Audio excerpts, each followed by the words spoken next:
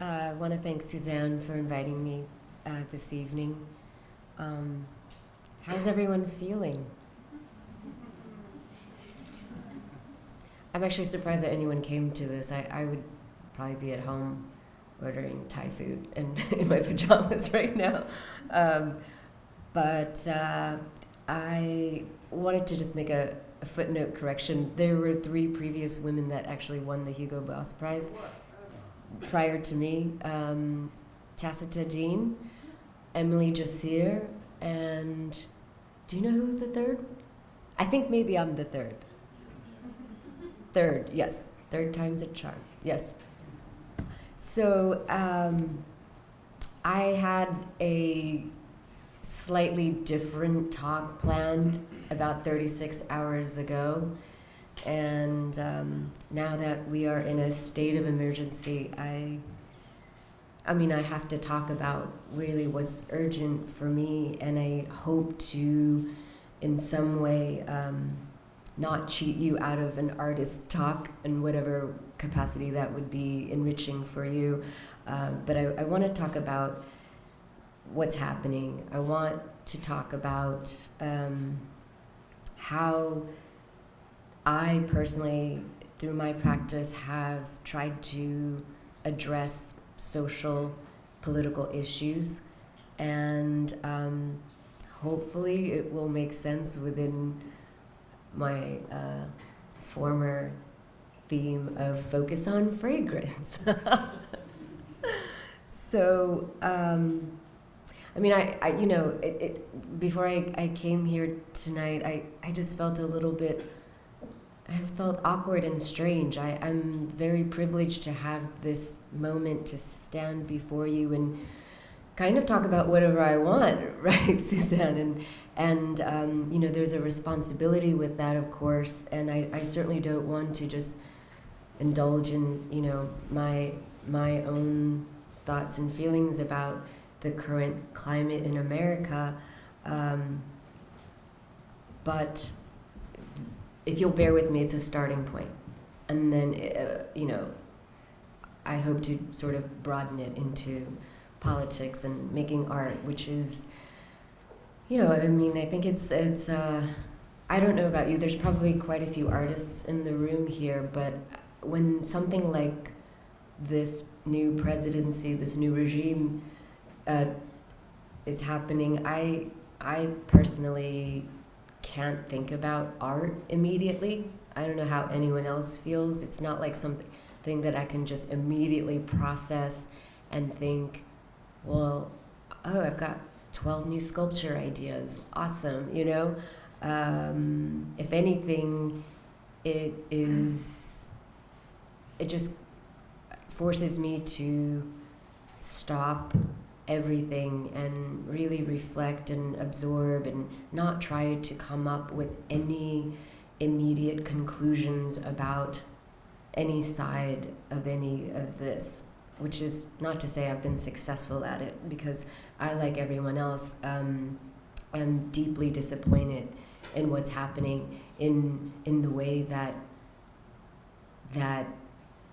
America is a very dark, ugly place right now. And we all know that it exists, but I think that increasingly there are all these devices that allow us to not have to think about it. And I was talking with a friend this afternoon, and we talked on the phone, which is already a bizarre new thing in this new climate. I don't talk on the phone very often. I don't know about you guys, but after a while, you can only text so much. And then it just ends up also just feeling like you're just sort of contributing to that echo chamber or something. I think at a certain point, you just have to talk to people face to face, IRL. I know that a lot of people have been saying that, but you guys are all here tonight. Unless some of you are holograms or something, but that's also cool too, I'm sure. But we were talking about how do we untie these knots, really? Because we, I came from, my parents are immigrants. They immigrated to actually the South in Alabama and Florida when I was 2 years old. And I grew up in the, I came of age in the Reagan era, and I do have memories of it being pretty rough as an Asian person in a family of 6 Asian people. I have 3 sisters, and there was a lot of hostility. There was still this strange residual hostility towards Asians because of the Vietnam War, and then there was a lot of hostility towards us because of the fear of the Japanese buying up all the golf courses in America. I remember that one as being really like, wow, okay, I guess we're a real threat, right? So personally speaking, this definitely, what's happening now triggers a lot of, just long, deep, embedded, anxieties about racism, xenophobia, and what are we prepared to do about this? And the thing is that what I'm trying to think about and unpack is that you want to gravitate towards people that you know, and you want to have these intimate conversations, as you should. But I start to feel self-conscious because I think like, well, this is part of the problem. We grew up wherever we did. We came to New York City, and we cultivated our own communities, micro communities, and how does this become compatible with the results of Tuesday's election? Because I myself have been buried in my own worlds, even though I have a great privilege to travel to many places outside of America and meet different people, but it's a different kind of ilk, and these are things that I'm concerned about, that don't have a tidy answer, and that I imagine probably contributed to a lot of this blindsided feeling that we feel with everything that happened on Tuesday. Even though there were bombs that went off in our faces with Brexit, I didn't really see that coming. I'm also just trying to take this moment to acknowledge my own complicity in all of this. It's really easy to point fingers, and everyone's attacking the DNC. For good reason. It's curtains for them, for sure, but it's probably long overdue. But I think that in my own privilege, I didn't really take this that seriously, because it seemed so hyper surreal that this could even be a reality. And I apologize for that, not even having, being able to see outside of my own sort of, feedback loop, and thinking, okay, no, well, surely we're all sensible people, but it defies logic, because I actually even know Asian immigrant parents, friends of my parents, who voted for Trump. And I can tell you right now, their logic makes no sense, and yet it makes sense in the way that, yeah, I grew up with Republican parents. They didn't vote for Trump, but I think that a lot of fear and maybe partial ignorance does make people do things against their own best interest, and that's really that's a very dangerous thing. So I have to think about art on a very practical level. As Suzanne mentioned, I do have an exhibition to work on, and I don't know, I mean, I'm it's about volume and it's difficult because I've been thinking about politics and art before Tuesday happened. I was thinking about it just in terms of, well, how do I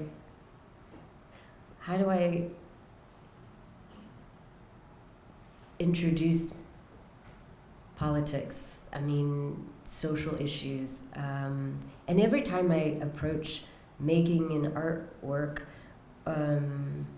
I think about this. There's no resolved solution. There's no, well, I'll just do this and I'll do that. It's always really a blank slate, and it's always really kind of a scary enterprise. And when I say that, it's not that it's any scarier than making non-political art or more nebulous political art or something like that. But I don't have an answer for how I'm approaching this now, so I'm just going to go through a little bit of my work and maybe try to piece together some of my drives and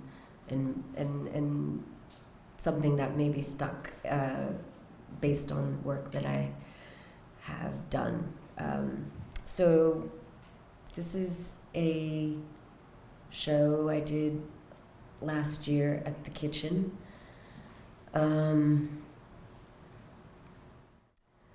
I did a residency at MIT around the same time. And that was really a huge, just giant, great gift that landed out of the sky. I'd been trying to make a certain kind of, pushing my work in a certain area. I had a lot of questions that I couldn't get answered just by myself and through my small network. And so when I arrived there, it was just, it was really very fruitful for me.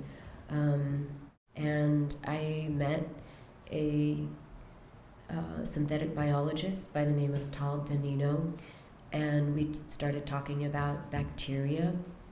He was doing his research in relating bacteria and cancer. And so I was interested in bacteria, and this is how I actually got to meet him.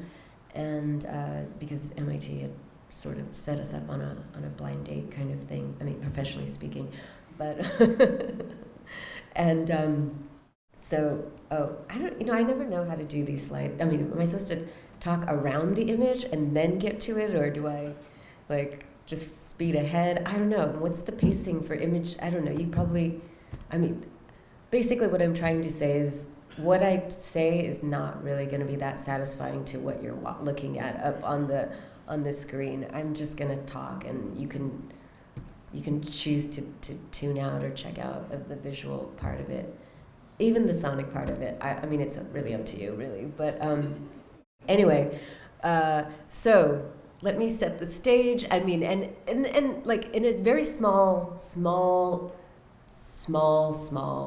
way, the climate that I was thinking about these works. It was the Ebola outbreak, and people were panicking. The first, New York doctor came back, and he was quarantined. The nurse was quarantined.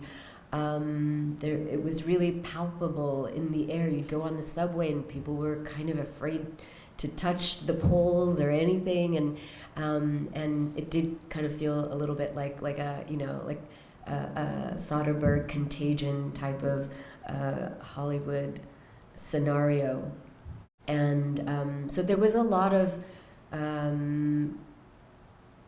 current events, mood, textures to start building this this work for this exhibition.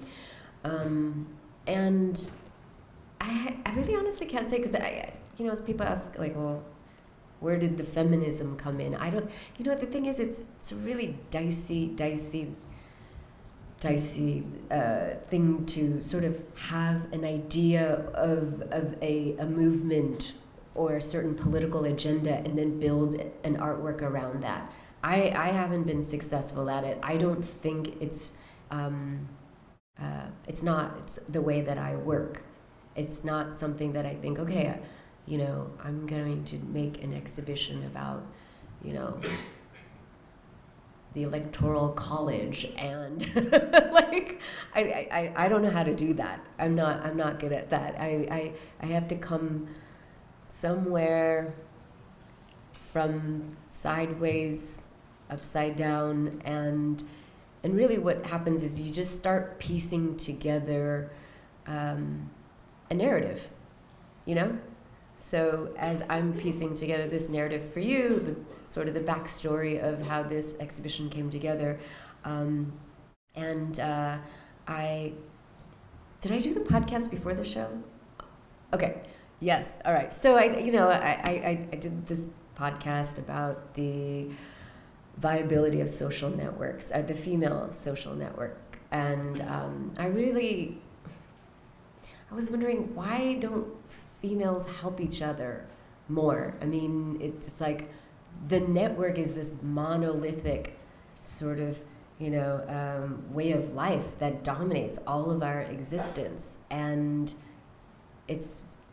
but also these, social networks are, as old as any, society or civilization. And it was just really frustrating and irrational to me that I was witnessing and noticing in my lifetime that that there were not enough strong female networks.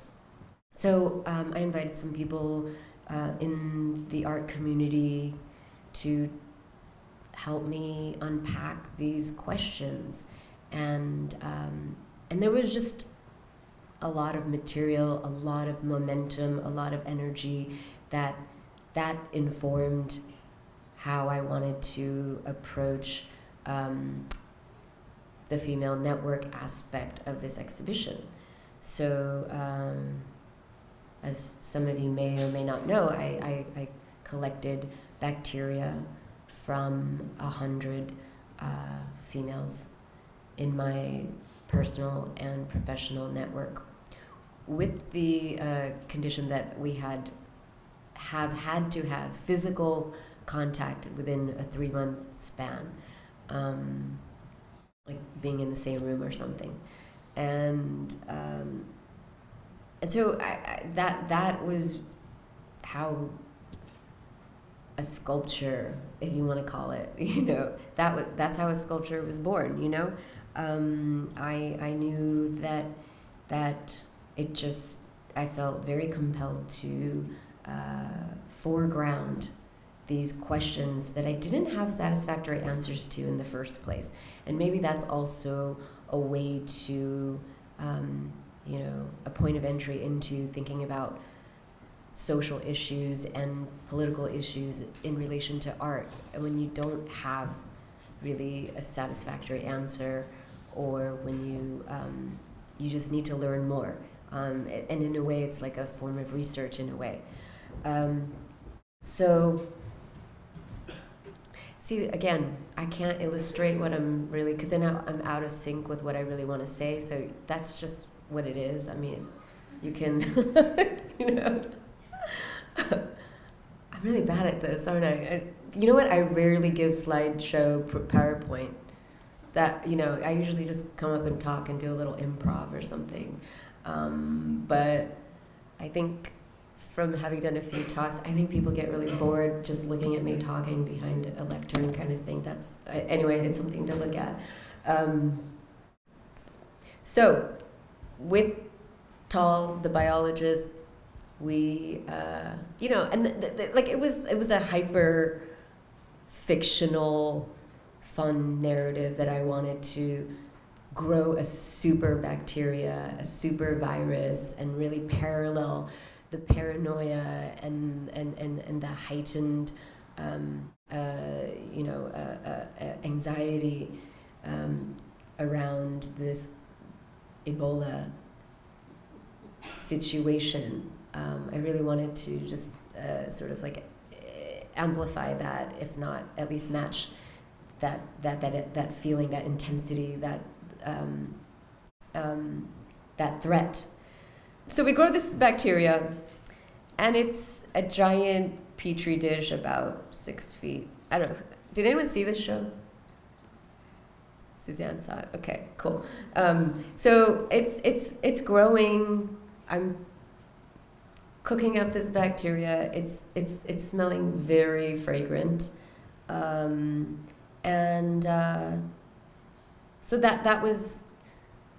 that's one of the central works in the exhibition, and I think that, I don't know, it felt so, for me, really genuine, organic in the sense, I mean, I guess I should say that in an italicized sense, like not organic, like apples or anything like that, but actually, kind of, yeah, because it was actually a pretty organic artwork too,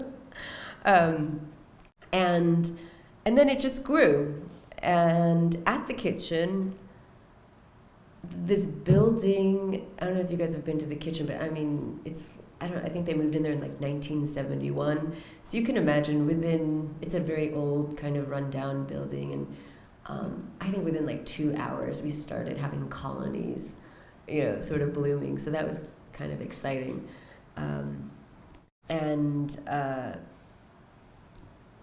So with this work, I also wanted to try to address this, the threat of female networks, females organizing, and how that is viewed in the patriarchal lens as deeply disgusting, foul, and something to, that seems very unhygienic or something.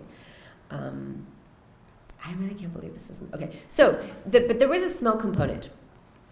So I'm going to tie in the fragrance part. There's a smell component.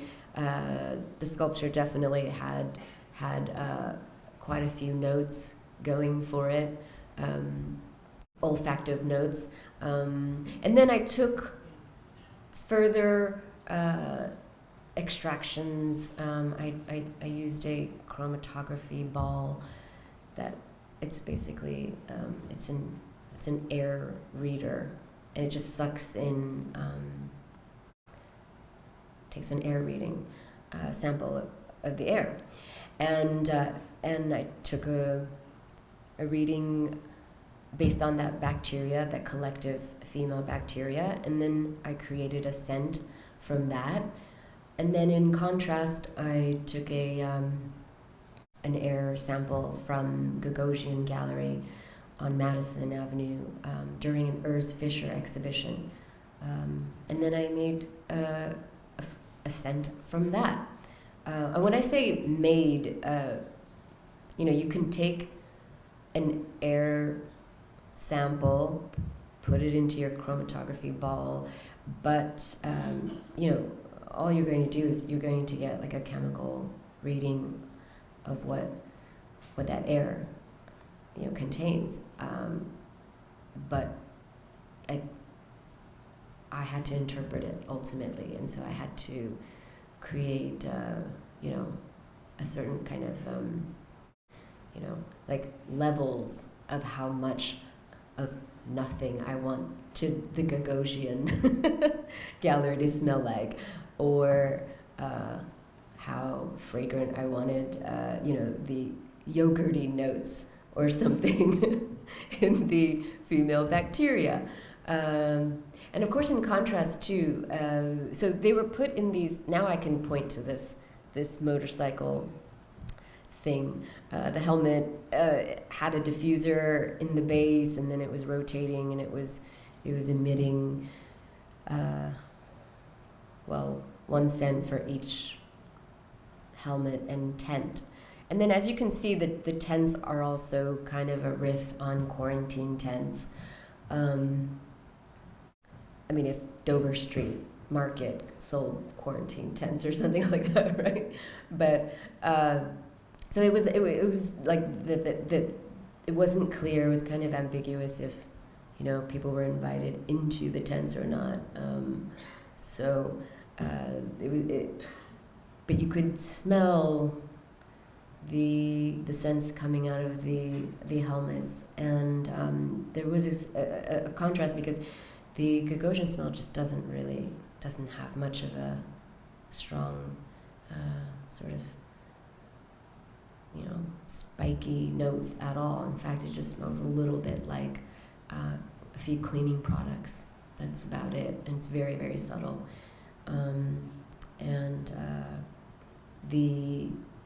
The female bacteria had more sort of fruity floral notes. And so this was the best I could do in trying to tackle what we would maybe consider art in a political driven way. But I hesitate to even say any of this, because I don't approach my work in this overtly political with a capital P, but I think that we also have to constantly be reminded. I think to engage in art is a political act, and I think now more than ever with everybody, all of life is political. It always has been, and it's just somewhere along the line we get a little complacent and we forget about that, and we want to explore other kinds of identities, which is fine, but I think that identity is also very problematic, and I've always been very just sort of wincing at any kind of identity that anyone placed onto me, or that I would have to try to identify for myself. I think even an artist identity to me feels like kind of a deficit. I don't feel good about that. I might use it in a shorthand kind of way, just as a job description, but I'm wary of these identities, and I think that part of that problem here in America, and part of how we got to where we are now, is all of this obsession with these, these highly niche identities, and of course it's completely market driven, and of course it's, it's a way to, refine capitalism to our customized tastes and what have you. And I think it's, I'm feeling like at this moment that maybe let's just not worry so much about these strong identities in terms of the sort of like the labeling, the sort of, again, the insularity that abounds with these tendencies and these reflexes.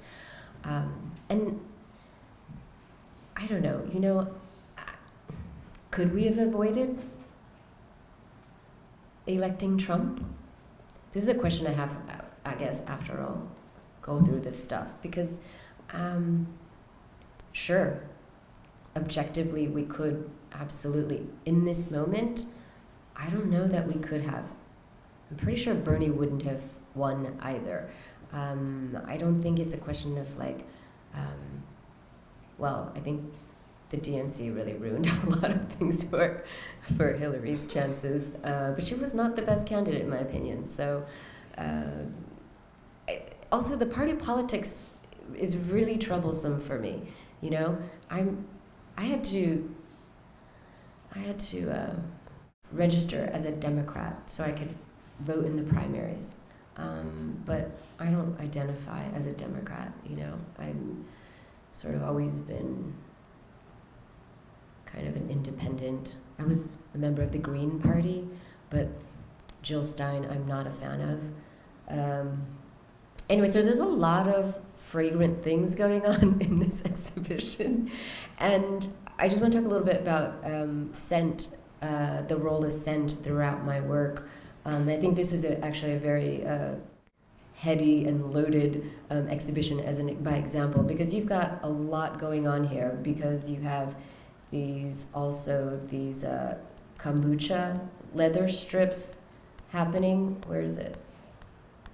Oh, that's not a very good image. I don't know. It's a little blown out, but these are some kombucha leather panels that are hanging inside of the tents, and they also have a kind of a honey sweet, sort of sickly sweet kind of smell to them, and in and of themselves they're quite pungent. And then you've got the fragrance with the different female bacteria and the Gagosian gallery. And then you've got even just like little bit aspects of, you know, black tea going on in this bowl. So in terms of the olfactive experience, it's a pretty maximalist exhibition in that sense. And it's the air molecules, the smell molecules, they're taking up a lot of space. And I do tend to use like scent in a sculptural way, because it does, take up so much mass and volume, and there's a density there, and I think that it's a way to,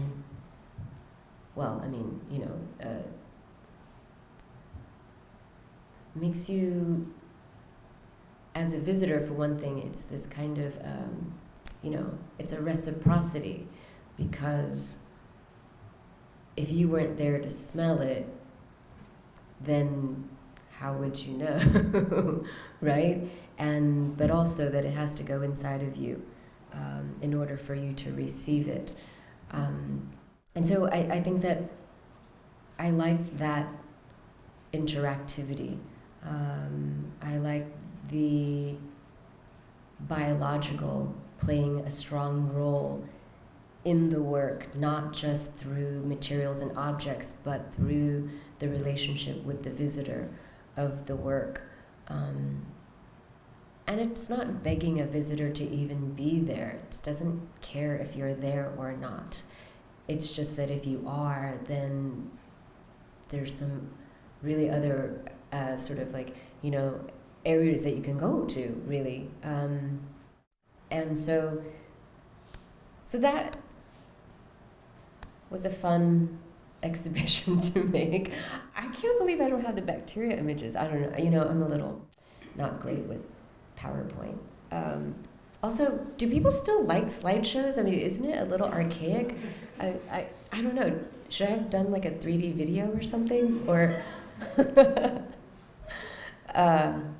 okay. So anyway, that is one way that one example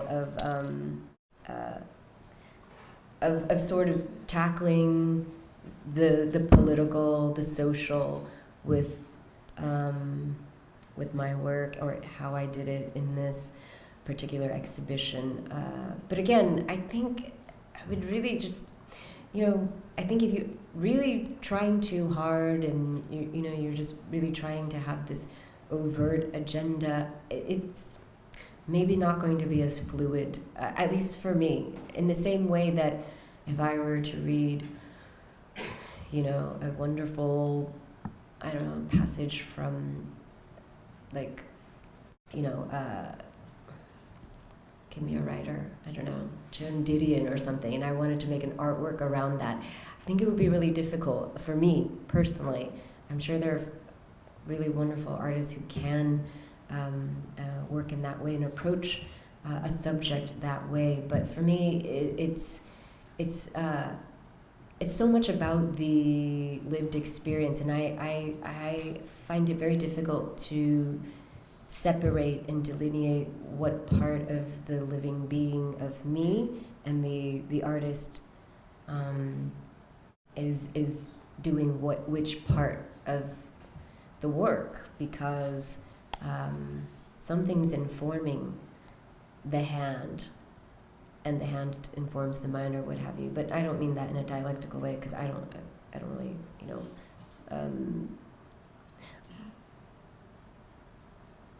I think that I think it's really just like, if you care about something urgently, it's going to come across in your work. And whether it's political or whether it's something that's a lot more abstract, it will come across. But I also think that, like, where are we now in terms of political art? Can we make art like Thomas Hirschhorn anymore? I mean, can we do that? Put a bunch of sticky notes and build these really elaborate structures in this kind of DIY culture or something like that? I mean, can we do that? I mean, I don't have a question. I mean, I don't have an answer for that. And it's, I think that we're probably going to see a lot of these questions being posed in a lot of new art that's to come in this climate. So this is an exhibition that also happened in the same year at List in May. What was happening in the world in May 2015? I'm just trying to give you a little backstory in terms of, like, okay, my psychology, and sometimes you just have to just make the work, and that work itself, in some ways, the sort of like the materiality of it, the form, it also can lead your conversation with yourself, can lead the narrative, can lead a lot of that. And there's really no determining which comes first, really. And I think one has to just sort of trust that that it will coalesce somehow in a meaningful, authentic way. So these are the kombucha strips that I was telling you about. More scent. It's hard to talk about these images, because you want to sort of like zoom in on a detail and talk about, like the mother of the kombucha, you can see that disc and something, but then this is more of a kind of like a real estate picture or something, right?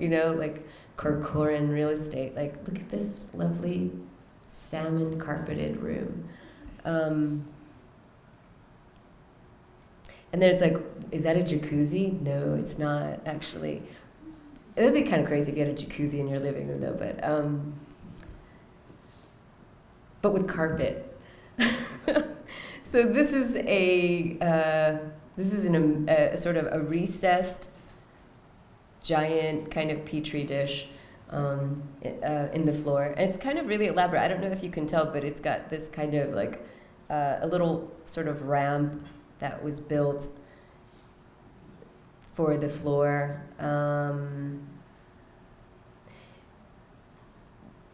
You can't probably tell in these images, but I mean, it was a pretty elaborate sort of like adjustment, I think.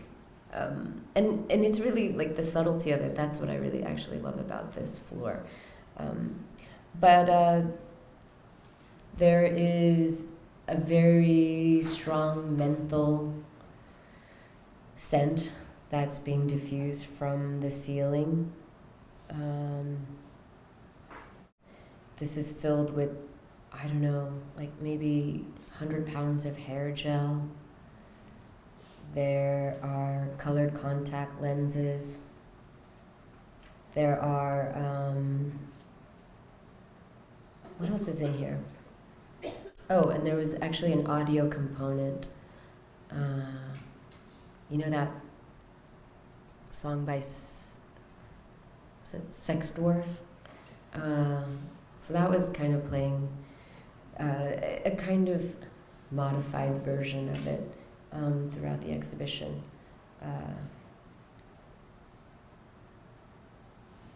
Yeah, I really like this petri dish. It was really heavy to install. All right, here's some selected olfactory works. This is exactly not what I wanted to happen tonight, but we're going to work through it, right? Unified. What does that mean? Are you guys unified, student body-wise? Do you guys talk to your neighbors? And I mean, what's the mood like on campus? I'll speak on that. We have senior studios as a senior, and that was weird that I didn't put it. But everyone has a little space and everyone's right next to each other.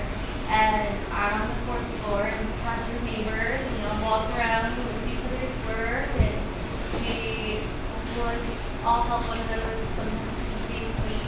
Lately I've been walking around outside of when I'm not in class and looking at my neighbors' work, which is really interesting to see where we're all at, because everyone's at such a different mindset artistically that we're all able to come together and talk about it. I love SVA because I feel like we are just a group of weirdos that all get each other because we're all different sorts of weird, but it meshes in such a nice way. And everyone here is really pleasant to one another, from my experiences, and very welcoming. So it's cool. That's really nice to hear. You should put that on the brochure, SVA, a place to be weird. Yeah. But that's kind of art school in general, right? That's why people are attracted to art school, so you can fly your weirdo flag or something, right? I'm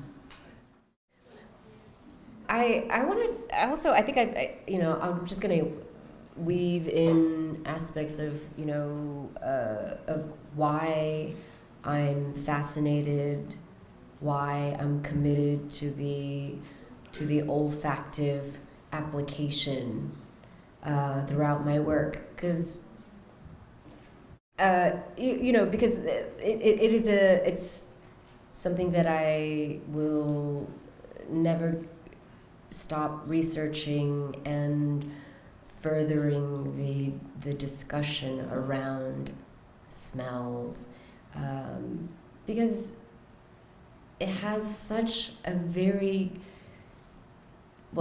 complex, difficult history, and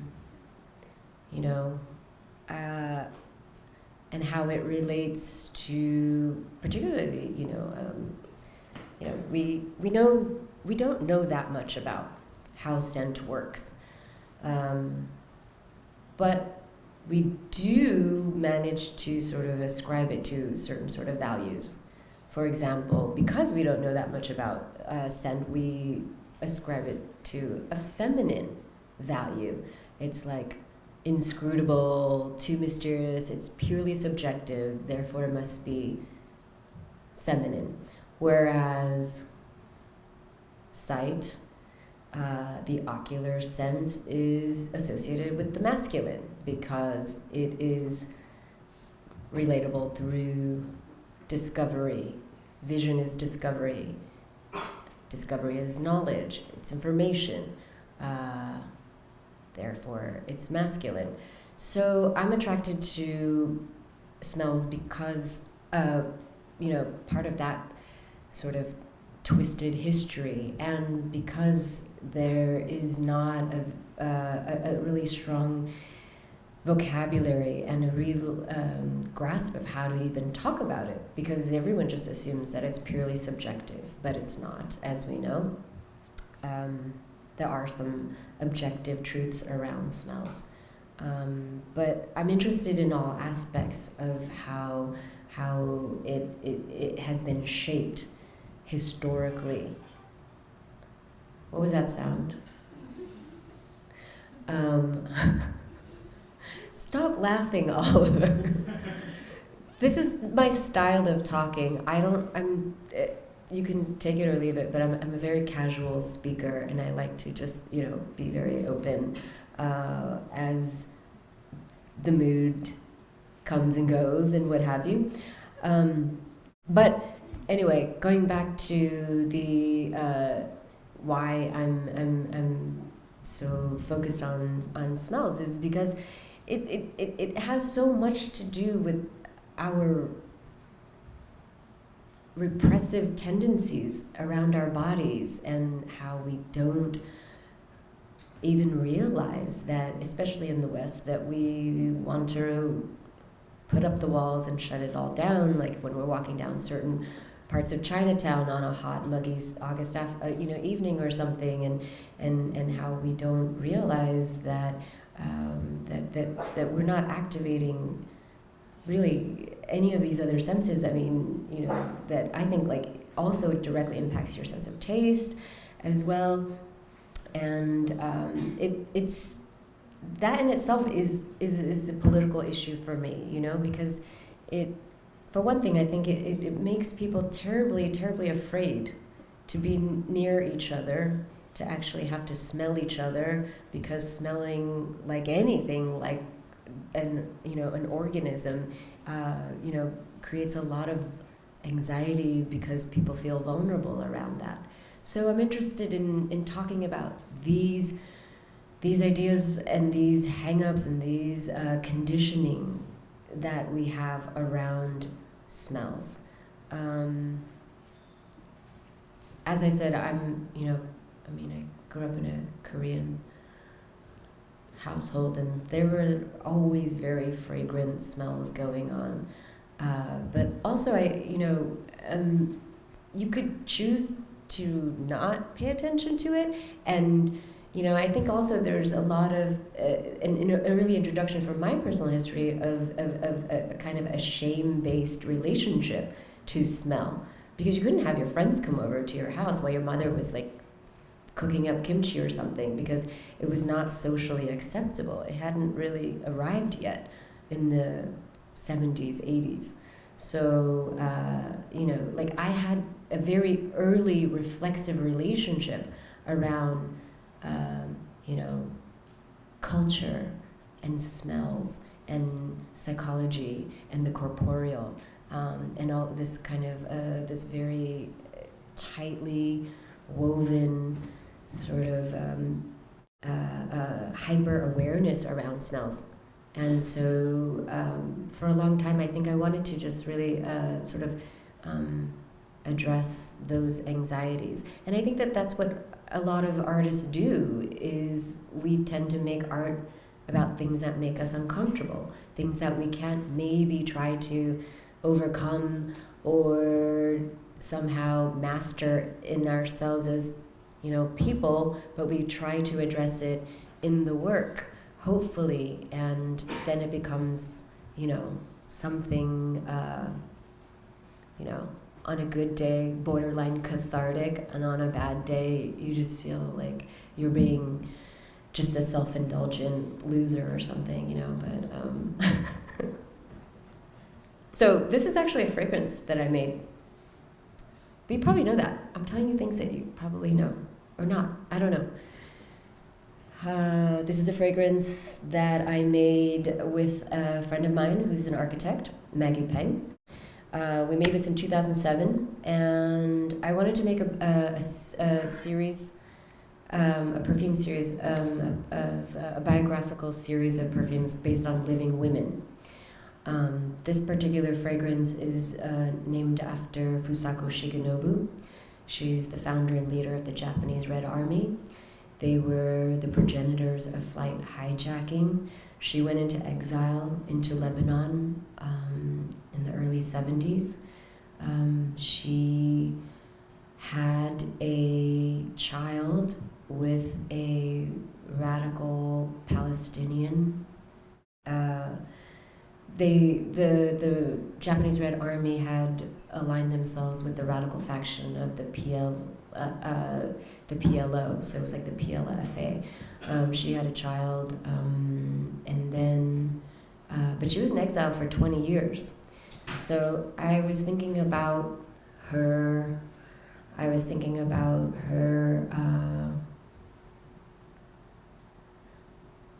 Her memory of Japan, and not being able to go there, this kind of melancholy, and pre-Amazon.com, so she's like she could order to Lebanon her furikake, like rice sprinkles or anything like that. I mean, so it's a cedar-based fragrance that, Lebanon is the sort of like the cedar capital. I mean, they have the cedar emblem on the national flag. They have political movements, the Cedar Revolution. The oldest biblical cedars of Hiram are in Lebanon. So, again, the thread is, you start developing this narrative of these kinds of textures and these sort of like little bits of information that may or may not be true, because there's also a great deal of mystery surrounding this figure. And if actually, if you look online, there's not a whole lot of information about her at all. So I actually, I had to interpret a lot. I should have brought some so you could smell. See, again, not really well prepared. I apologize. I should have also brought some uplifting, inspiring poem for you all to close this talk with, but instead, no, I don't have that. I think I'm done, but how are we on time? We're ready for some Q&A. Oh, good. Good. I like Q&A. Oh, there was recalled powdered milk, chicken bones, clay, like modeling clay. I think some orange rinds, some powdered pigment, and a little bit of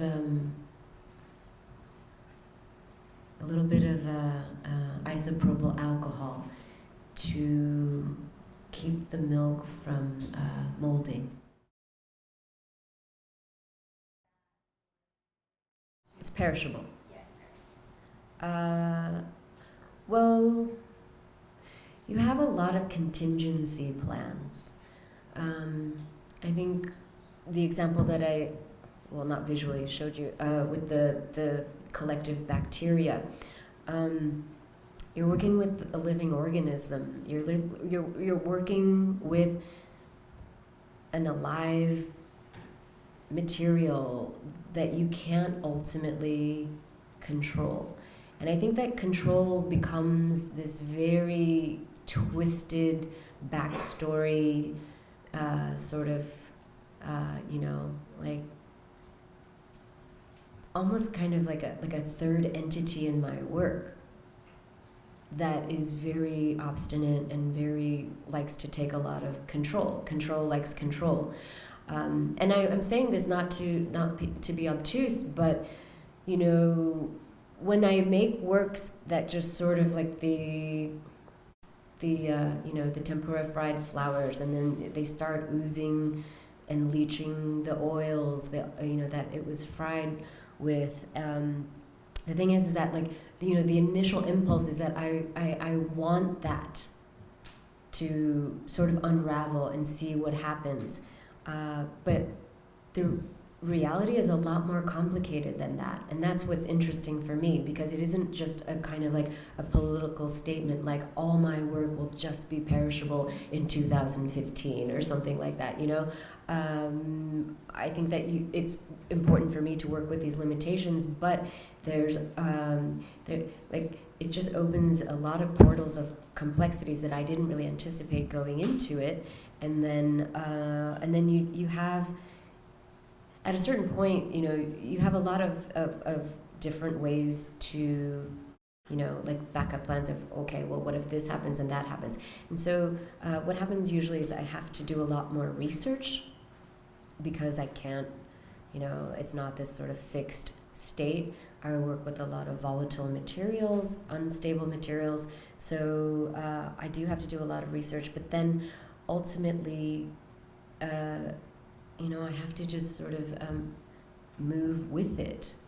And that has, I think that's helped me a lot as an artist, because at a certain point you have to just, you know, you have to let go, and it's really hard to let go.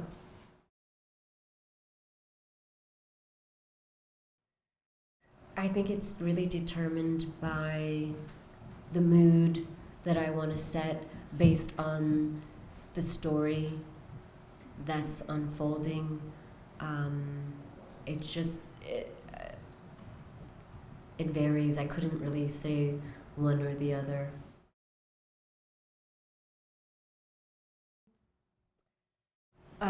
Wow, I've never actually heard of the Damien Hirst connection. I definitely don't ever think about him.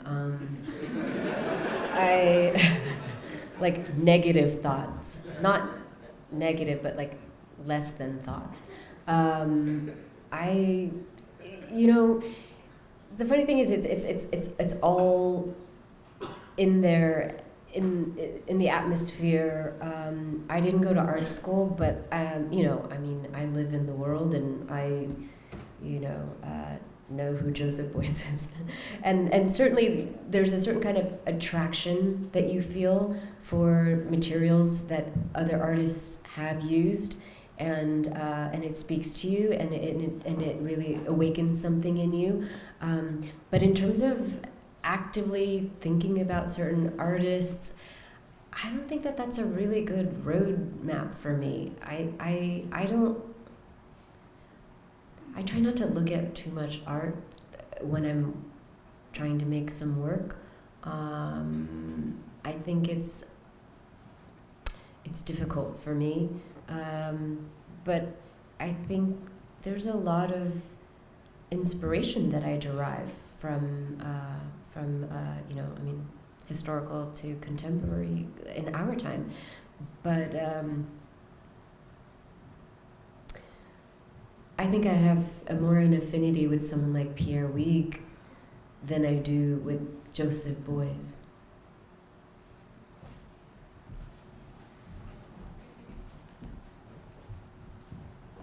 I just was curious, how did you collect bacteria from your female friends, and from where?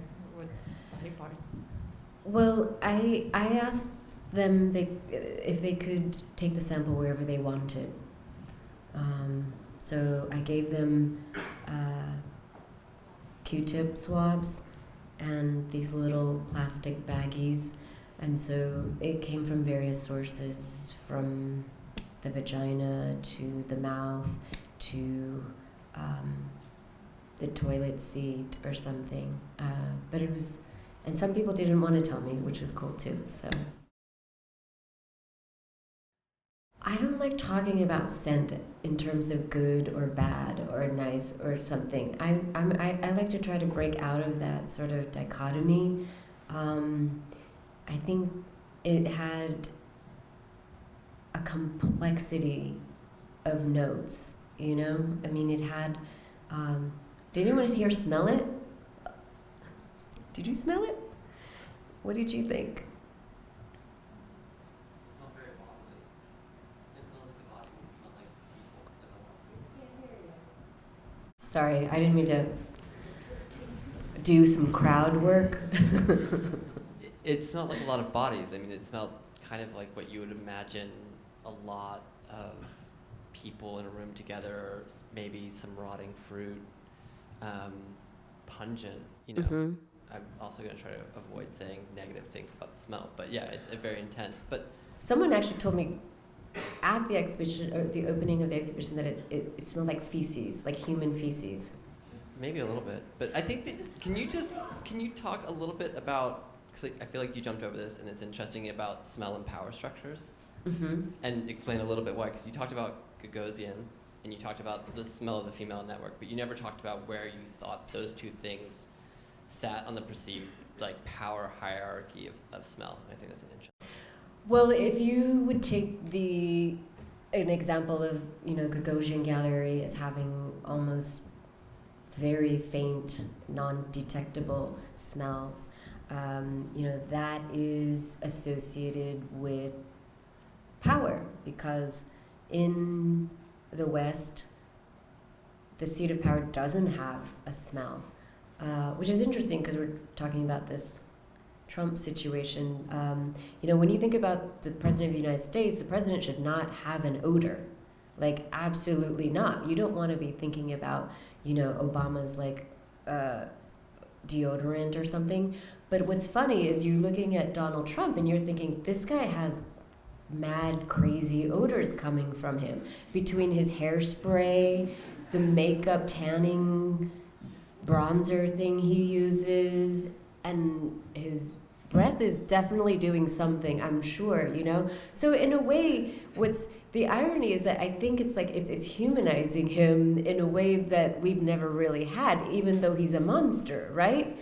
Whereas any other, when you think about these other, structures of power, like finance, money has no smell, but of course it does, right? But we don't think about that. And so I'm interested in how we can bring out more of the odors, that we don't have to be sort of like, trying to, desensitize the nose around thinking about these other power structures. And I think that the more sort of that we're able to talk about it, and the more that we're actually even able to sort of open our noses to it, I mean, quite literally, people always tell me like, oh, I have no sense of smell, I can't smell anything, and I can guarantee you, if you actually practice smelling like 20 things in the next 2 months, your sense of smell will improve in the same way that if you practice your scales, you would play the piano, better than you did, 2 months ago or something like that. I mean, that's pretty much what people do at perfume schools. You learn to identify things with your nose in the way that we used to. Did I answer your question or no? Hi. This is a question about kind of nature nurture. You are growing in a petri dish some molecules of people, and then you're doing fragrances, and you're interpreting those molecules, and you're kind of reinventing the smell. Could you talk about that distinction and how you bridge that gap? Yeah, I think that's a good question, actually. I mean, not that all the other questions weren't good, but well, I wanted there to be like levels of the narrative.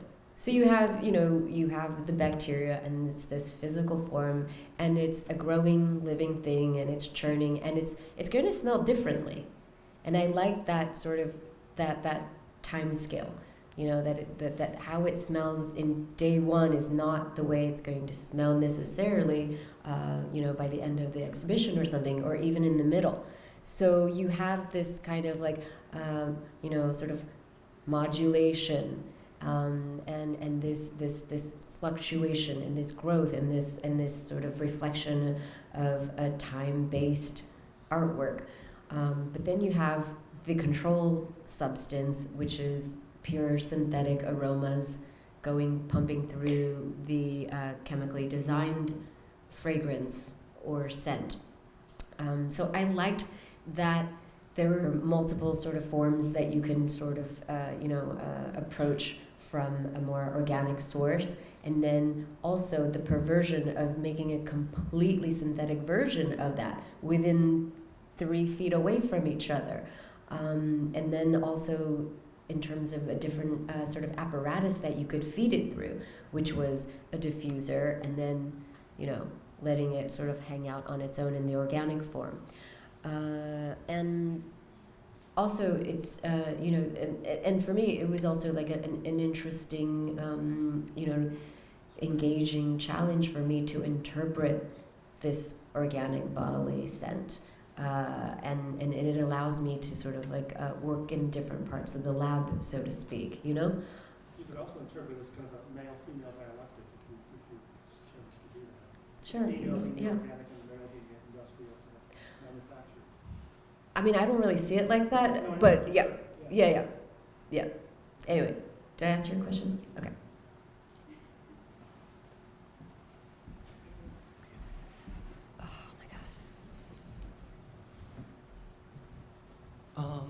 I think you mentioned the Fusako Shigenobu as a person who you were inspired by, but when you heard the story of her, what kind of impression did you get? Like, was it positive or very negative? Because, she is Japanese, like a terrorist, I think. So I just wonder what kind of thought you got. Well, I didn't have one thought. I think she was a complicated character. I didn't know that much about her. I was intrigued, to be honest, because she's Asian and female like me. I was curious. I was drawn to her from a very subconscious level. And I think from what I could piece together of her story, it just struck me as incredibly melancholy that she had this child out of wedlock. Nobody knows who the father is. She often had to leave her child frequently in Lebanon while she had to go into hiding in different places in the Middle East. And I think that for me personally, like the aspect of the terrorism, for sure it's a horizon in the narrative, but that's the least interesting aspect of her to me. I think it's really about her early years at Tokyo University, studying this kind of Maoist Marxist sort of theories, and working at the Kikkoman soy sauce factory, and wanting to participate in something quite visceral and physical, because in the 70s the climate was extremely active. You had the weathermen, you had what are those German people?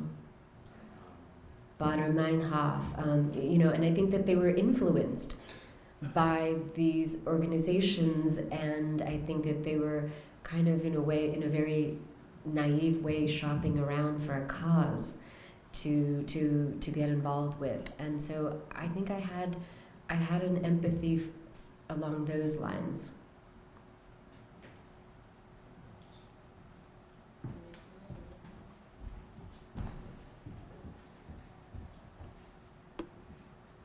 Hi.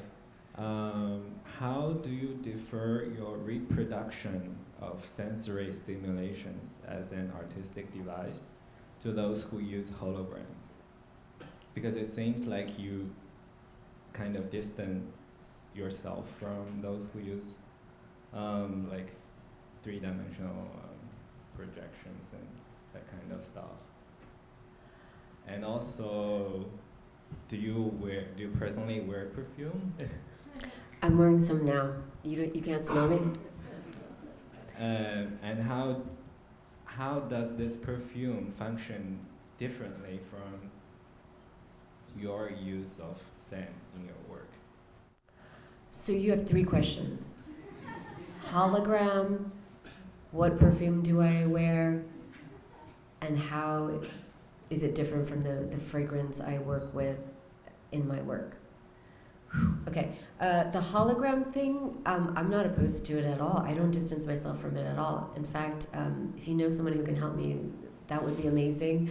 I think that it's actually a great idea, you know, to sort of work with you know, multiple 3-4 dimensions visually and apply that with fragrance. Is that the question that you asked? Because you look a little confused. I'm asking, because those who use holograms, they're producing the sensory stimulations too, and you are using fragrance as your device, and it's kind of similar to me. So how do you differ yourself differently, like how it functions differently from them? Well, okay, now I understand the question. I'm really good with facial cues. Because you did look confused that I obviously didn't understand your question. Well, it's really different. We're not dealing with scent molecules with holograms, for example. Am I still misunderstanding your question? That's because you piled on too many questions. Okay, come on. I'm sorry. I'm joking. Okay, I'm asking this question is because I didn't say you're opposed to them, only because you seem to be like you're not good at these stuff, and I mean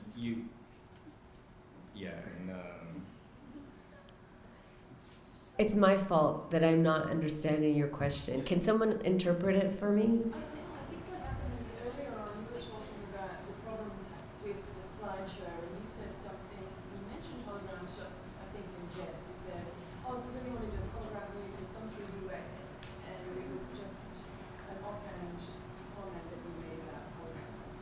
Does anyone else remember? So, but I don't think...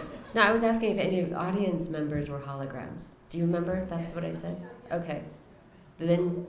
So the way I was actually thinking about something similar, I don't know if this is his question, but... We're going to come to your questions. I promise. But so you have a hologram, you have someone create something that isn't there. Do you expect your scent to not just connote, but like evoke something maybe aesthetic or visual from the viewer that isn't necessarily physically, well, maybe it is physically there as a smell and chemically there, but is that kind of, I don't know if that's what, well, first, is that your question? That's no. He wasn't listening.